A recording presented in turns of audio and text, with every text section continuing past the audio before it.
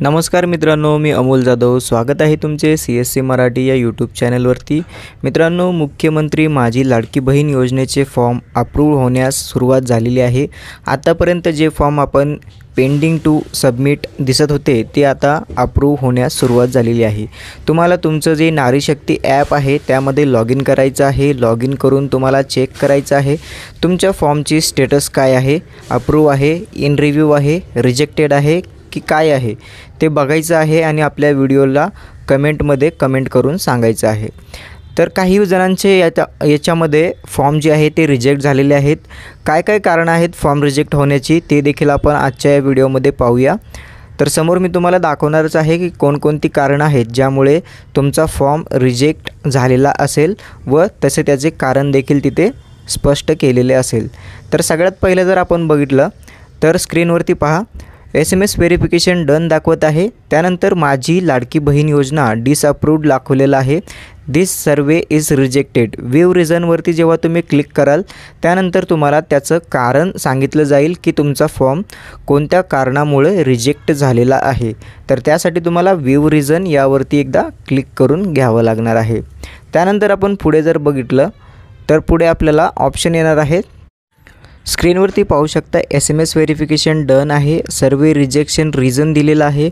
इतर कारणेमध्ये त्यांनी सांगितलेलं आहे रॉंग डॉक्युमेंट अपलोड केल्यामुळे तुमचा जो अर्ज आहे हा अर्ज रिजेक्ट करण्यात आलेला आहे. SMS व्हेरिफिकेशन डन आहे. मुख्यमंत्री माझी लाडकी बहीण योजना डिसअप्रूव्ड इथे दाखवत आहे आणि खाली रिझन दिलेला आहे. इतर कारणेमध्ये रॉंग डॉक्युमेंट अपलोड झाल्यामुळे हा तुमचा फॉर्म जो आहे तो इथे रिजेक्ट करण्यात आलेला आहे. सर्वांनी चेक करायचं आहे. त्यानंतर दुसरं कारण आहे डिसअप्रूव्ह होण्याचं, अर्ज इंग्रजीमध्ये भरावा व शासन निर्णयाप्रमाणे कागदपत्रे जोडावीत.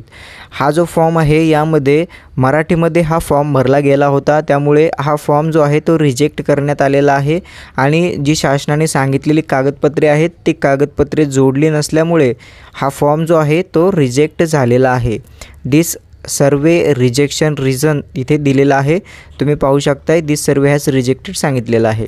त्यानंतर अप्रूव्ड झाल्यानंतर तुम्हाला स्टेटसमध्ये अशा प्रकारे स्टेटसच्या समोर अप्रूव्ड हे दिसणार आहे. वरती तुम्हाला ॲप्लिकेशन नंबर दिसेल, मोबाईल नंबर दिसेल आणि त्याच्या खाली तुम्हाला स्टेटस जे आहे तुमचं इन रिव्ह्यू असेल तर इन रिव्ह्यू दिसेल, पेंडिंग टू सबमिट असेल तर पेंडिंग टू सबमिट दिसेल, अप्रूव्ड असेल तर अप्रूव्ड दिसेल, रिजेक्टेड असेल तर रिजेक्टेड दिसेल. अशा प्रकारे तुम्हाला स्टेटस हे दिसणार आहे. त्यानंतर तुम्ही पुढे पाहू शकताय मुख्यमंत्री माझी लाडकी बहीण योजना disapproved this survey is rejected हे इथे आपल्याला परत एक दाखवत आहे. तर इथे तुम्हाला व्ह्यू रिझन यावरती क्लिक करून कोणत्या कारणामुळे तुमचा फॉर्म जो आहे तो डिसअप्रूव्ड करण्यात आलेला आहे हे तुम्हाला चेक करायचे आहे व फॉर्ममध्ये एडिटचा ऑप्शन नसेल तर काही दिवसांनी थांबायचं आहे. काही दिवसांनी नवीन ऑप्शन तुम्हाला फॉर्म भरण्यासाठी येणार आहे.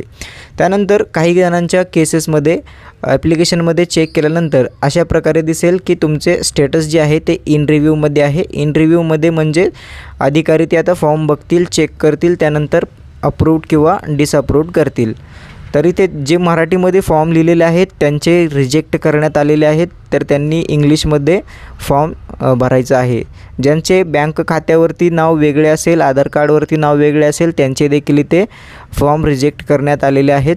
त्यानंतर इतर कारणामध्ये जर इंग्रजीमध्ये फॉर्म भरला नसेल आणि डॉक्युमेंटच्या दोन्ही बाजू अपलोड नसतील तर आपला फॉर्म इथे रिजेक्ट केला जाणार आहे. इथे बघू शकता तुम्ही अप्रूव्ड झालेले फॉर्म देखील दाखवलेले आहेत आणि रिजेक्ट झालेले फॉर्म देखील दाखवले आहेत.